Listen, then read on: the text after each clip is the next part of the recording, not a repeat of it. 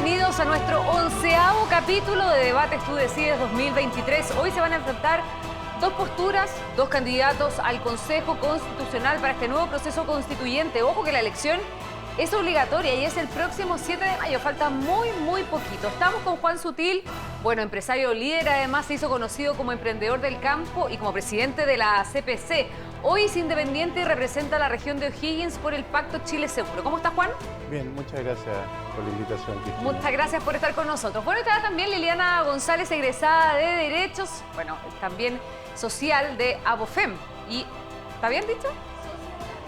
Socia de Abofem, perdón. Y coordinadora del Frente Feminista de Revolución Democrática. Hoy compite por el Pacto Unidad para Chile, representando a Antofagasta. ¿Cómo está?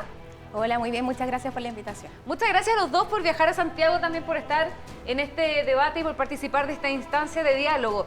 A ver, estamos a días de las elecciones y ustedes van a coincidir conmigo que poco ambiente hay. Y esta semana recién el gobierno lanzó una campaña ya para convocar a las elecciones, que son obligatorias. Han habido críticas de ambos sectores frente a lo que han tildado como una poca injerencia por parte del gobierno para esta campaña. ¿Qué piensa usted, Liliana? ¿Cree que el gobierno se ha involucrado muy poquito, ha hecho poca campaña para este proceso? Es que no creo que el gobierno tenga que involucrarse más allá de que llamar al voto informado y a la participación ciudadana. ¿Pero ha hecho eso? ¿Ha llamado al voto? Creo que poco. Podría hacerlo un poco más, pero también entiendo que no se quiere sobreinvolucrar y también no ser tildado de hacer el llamado a votar por algún sector, sino que entiendo que se quiere mantener lo más imparcial posible. ¿Y usted, Juan, cree que se ha involucrado poco? Bueno, yo creo que el gobierno no tiene por qué llamar a votar por ningún sector. El gobierno tiene que gobernar y resolver los problemas que tenemos hoy día, todos los días, los chilenos, especialmente en materia de seguridad, delincuencia, migración y otros. Ese es el llamado que tiene el gobierno. Ahora, ellos sí tienen una responsabilidad de convocar al proceso y al convocar al proceso hacerle ver a la ciudadanía la importancia de concurrir el día 7 de mayo a votar y votar como corresponde, informadamente. Pero ese es el punto que se le critica, que tampoco ha hecho una campaña muy agresiva llamando a la ciudadanía a participar de este proceso. Bueno, tiene que hacerlo. Lo que ocurrió en el proceso anterior es que llamó a votar apruebo y ahí, a mi juicio, cometió un error. El gobierno no tiene por qué hacerlo. El gobierno tiene que llamar a las personas a informarse, a las personas a participar de un proceso democrático como es construir una buena constitución para Chile, pero no abanderarse.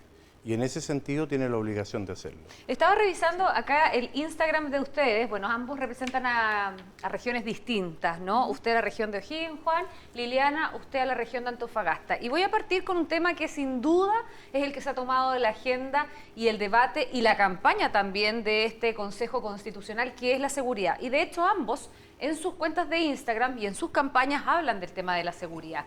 Usted es de Antofagasta, calameña. Calameña. ¿Está de acuerdo con lo que sucedió con el paro comunal el otro día en Calama por el tema de la seguridad? Mira, lo del paro comunal en Calama, la verdad es que es solamente la manifestación de expresión y de descontento que tiene la ciudadanía por el abandono constante del Estado dentro de la región y sobre todo Calama, que es la capital minera del país.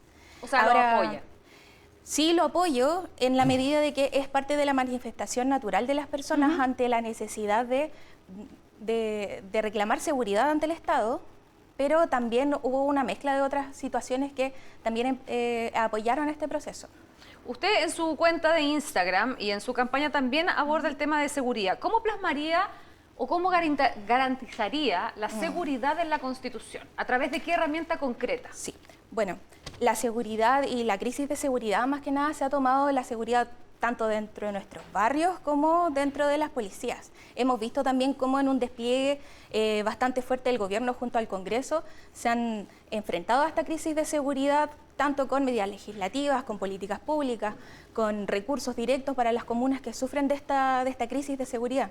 Y aquí, como lo dije la otra vez en un debate, creo que tenemos que enfrentar esta crisis de seguridad como sociedad en su conjunto. Pero en términos constitucionales, con rango constitucional, porque eso es lo que estamos debatiendo. ¿Cómo lo haría usted? Sí, bueno, primero que todo, necesitamos policías que sean efectivas y además transparentes. Primero creo que es necesario elevar a rango constitucional una formación de calidad para nuestras policías, dejando de lado también situaciones que puedan empañar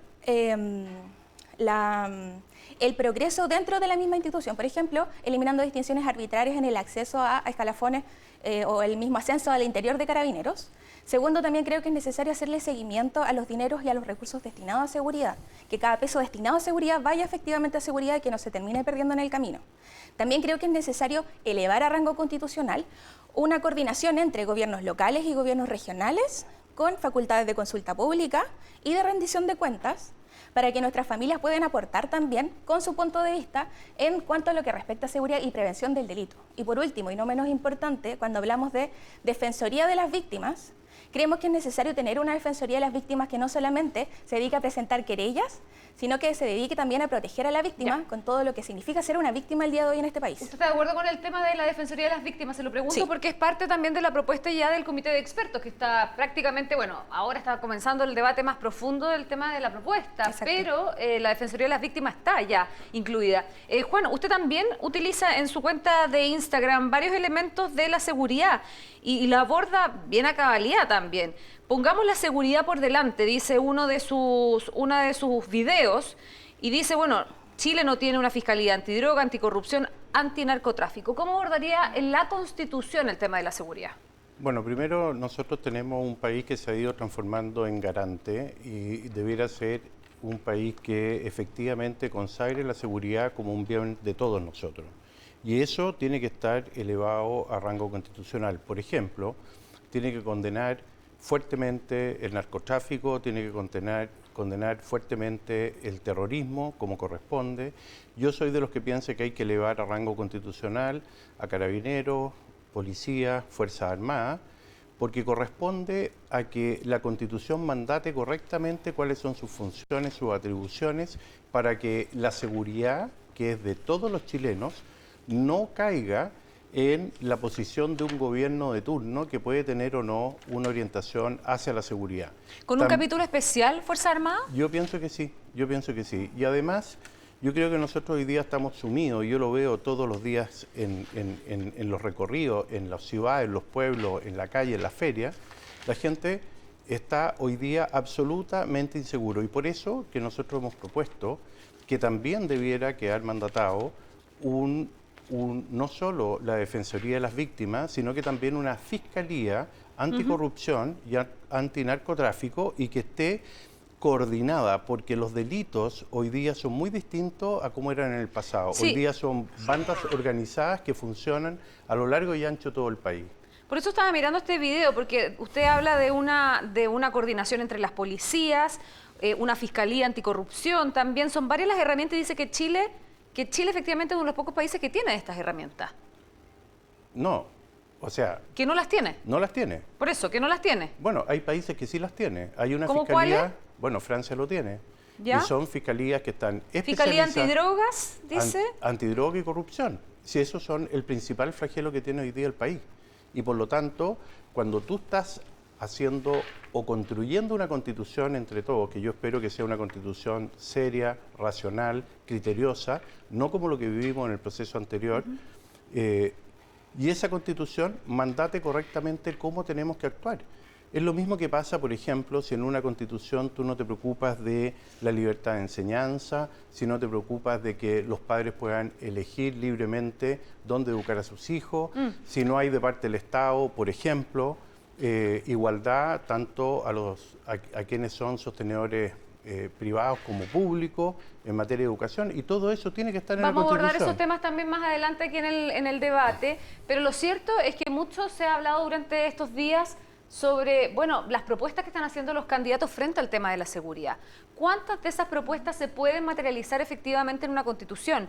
¿Y cuántas de esas propuestas son realmente plausibles, Liliana? Sí, mira, ahí yo me gustaría hacer un alcance de lo que dice acá el candidato, es que ya está establecido dentro de los 12 bases de este proceso que Carabineros, Policía e Investigaciones va a tener un reconocimiento expreso dentro de la Constitución.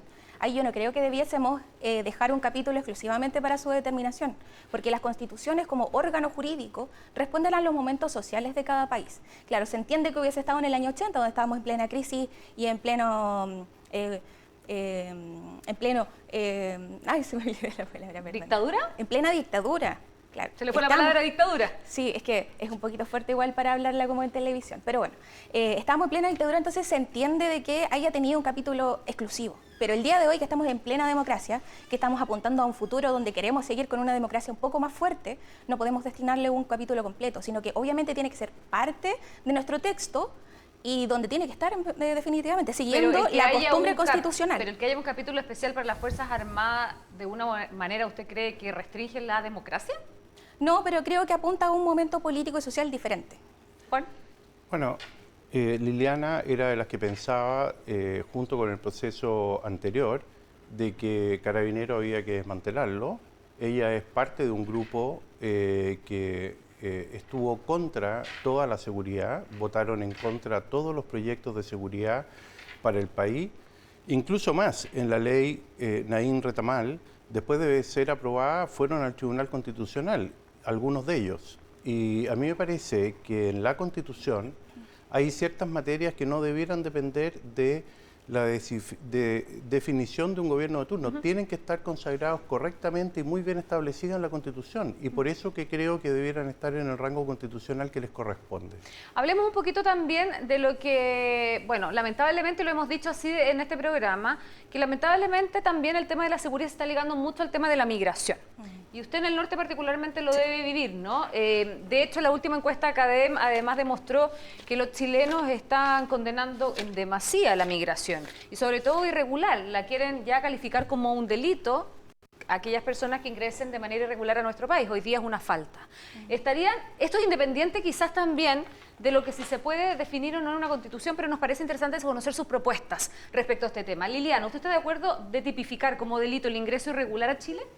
Mira, nosotros creemos que la migración tiene que ser segura, regular y además legal.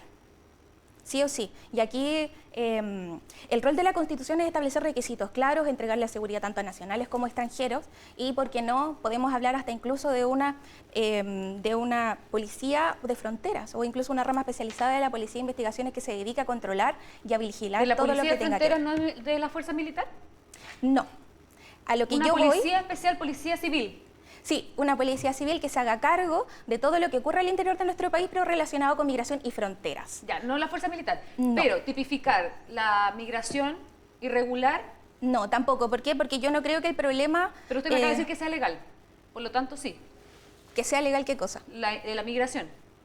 Me lo acaba Es de que decir la migración es legal.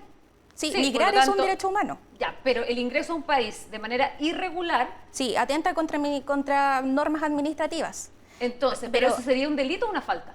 El día de hoy es una falta. Pero usted y yo creo que no, llevarlo a tipificarlo como un delito. no creo que deba ser un delito porque es una problemática mucho más de fondo que no se puede solucionar con poner penas para todo. Perfecto. ¿Y usted está de acuerdo con tipificarlo como un delito, Juan?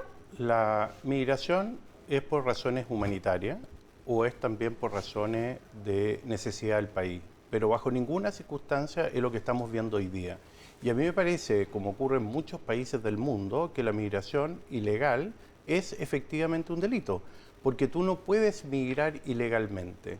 Incluso más, yo soy de los que piensa que aquellas personas que cometen delitos en Chile en forma reiterada y permanente, incluso inmediata, no debieran ser juzgados en Chile, debieran ser repatriados, debieran ser expulsados del país.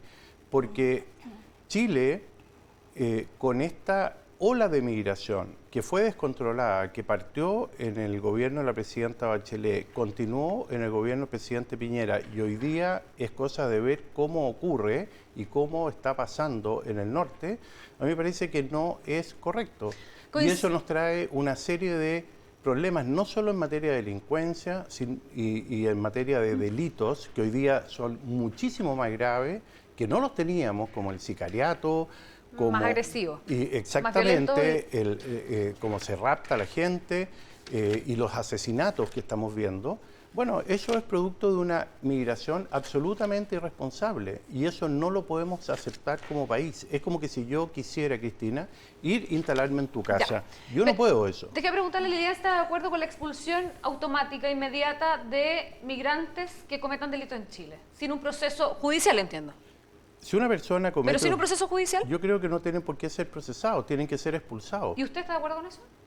Es que ahí hay un error procedimental. ¿Cómo vamos a saber que efectivamente fue el culpable de un delito sin proceso, sin un debido proceso, como establece nuestra Constitución actual y las normas internacionales? Juan, ¿y usted está de acuerdo con una policía civil como la PDI que se haga cargo de la frontera o prefiere una fuerza militar? La seguridad interior del país la tienen las policías, la seguridad exterior la tiene el ejército y las Fuerzas Armadas. Para eso está esa institución y por lo tanto hoy día están las Fuerzas Armadas custodiando la frontera y a mi juicio debiera ser con más atribuciones incluso para evitar esta migración desmedida. ¿Más atribuciones de como qué tipo? ¿A qué se refiere con más bueno, atribuciones? Yo creo que cuando tú estás custodiando tus fronteras tienes todo el derecho a protegerlas, más que a patrullarlas.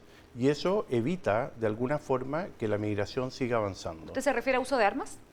Bueno, yo no estoy diciendo eso, estoy diciendo que la presencia de la Fuerza Armada con los debidos protocolos y si tienen que usar efectivamente las armas, probablemente las tendrán que usar si tienen que resguardar nuestra frontera.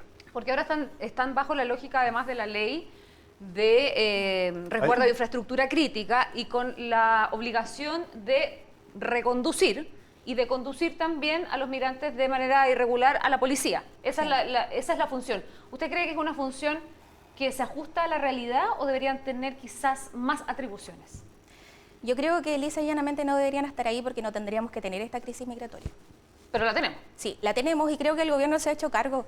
Dentro de los 3 primeros meses de lo que va del año han disminuido un ingreso de personas por paso no habilitado más de un 54%. ¿Dentro de qué periodo? De los 3 primeros meses de este año, desde que se empezó a implementar la ley de refuerzo de infraestructura crítica.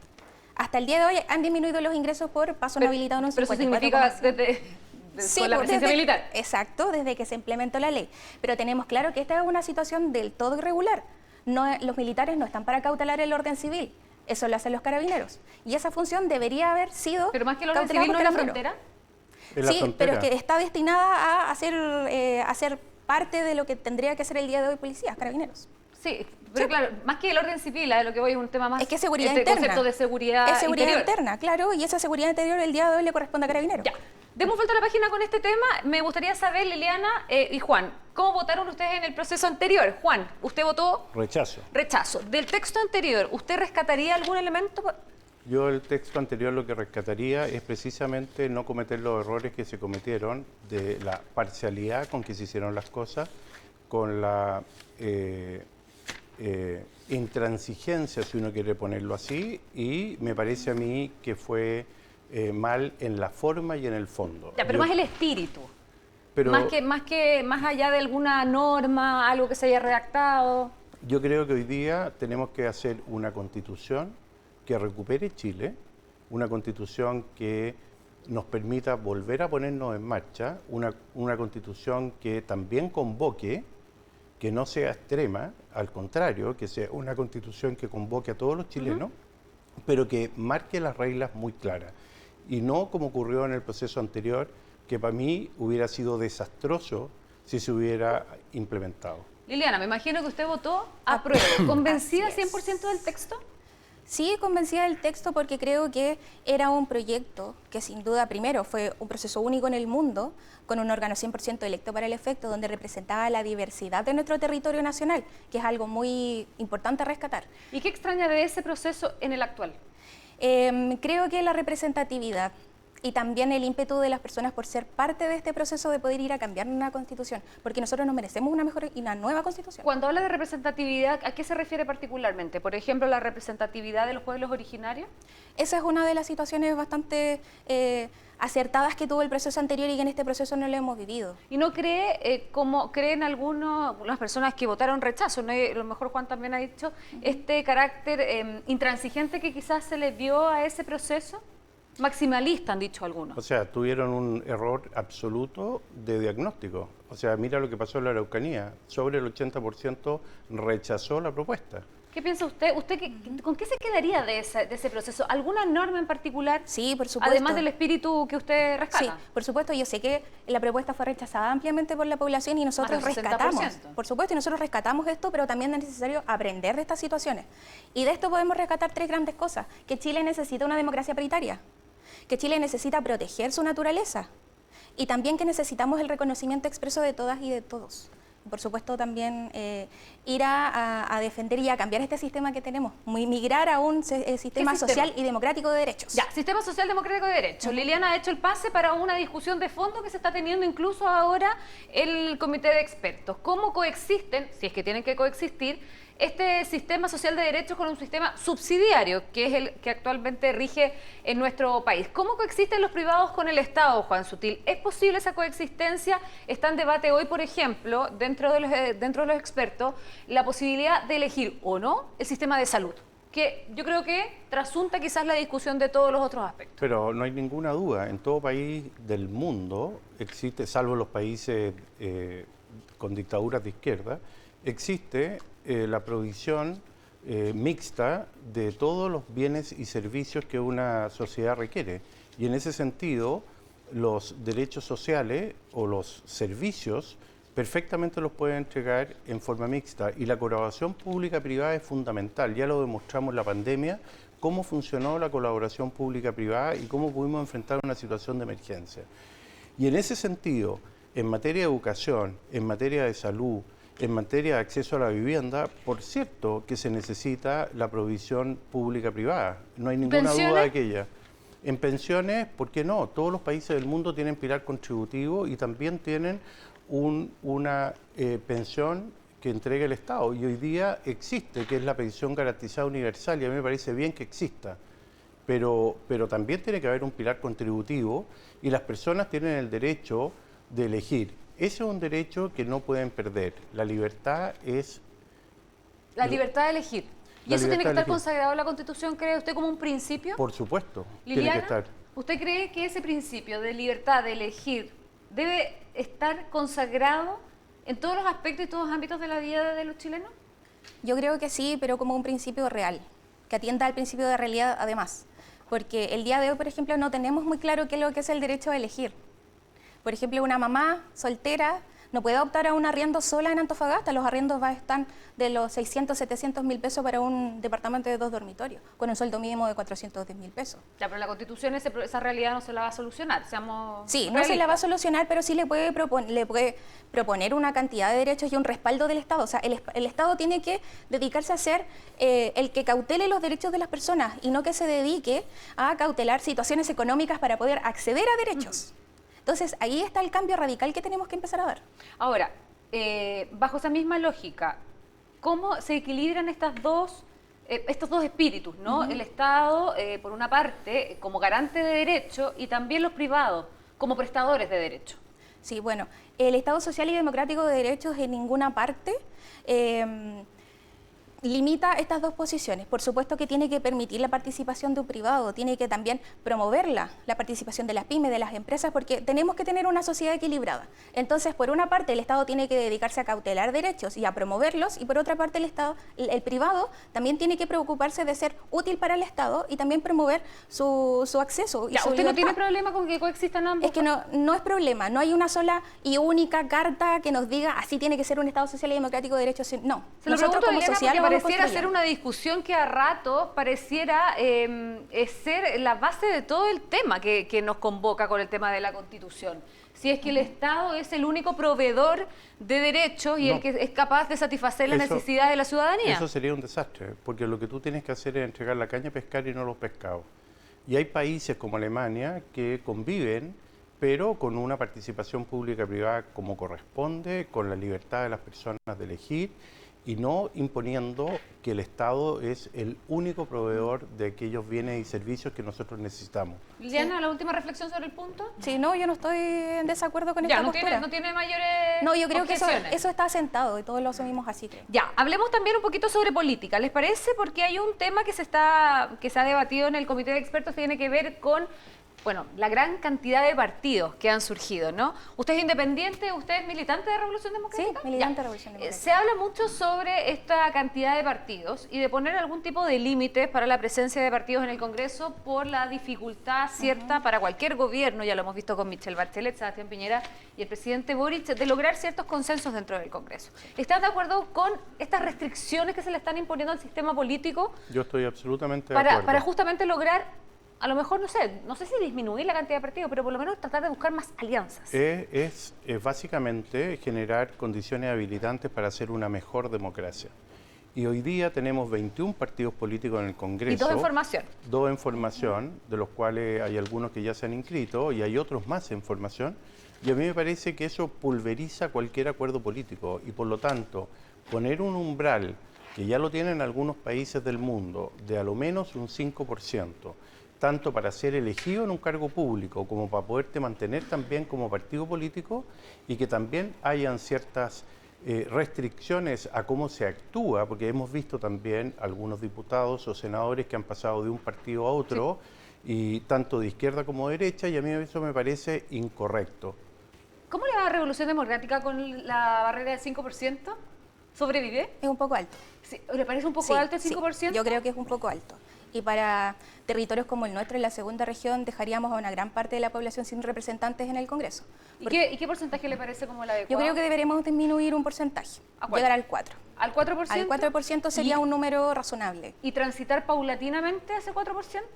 Sí, por supuesto. Todo lo que se establezca en esta nueva Constitución tiene que ser un tránsito paulatino. ¿Y qué le parece también el tema de las renuncias? Juan lo decía también. O sea, si un parlamentario obtiene un escaño por un partido y después renuncia, ¿ese parlamentario debería perder ese escaño?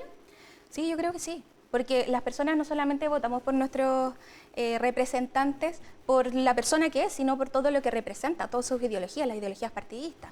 Entonces, creo que sí, si es que renuncia a su partido, debería asimismo renunciar al cupo que tiene en el Congreso. Y también si es que lo expulsan, porque además hemos visto el caso que algunos parlamentarios han sido expulsados de partidos por actitudes violentas y siguen el día de hoy normando para el país.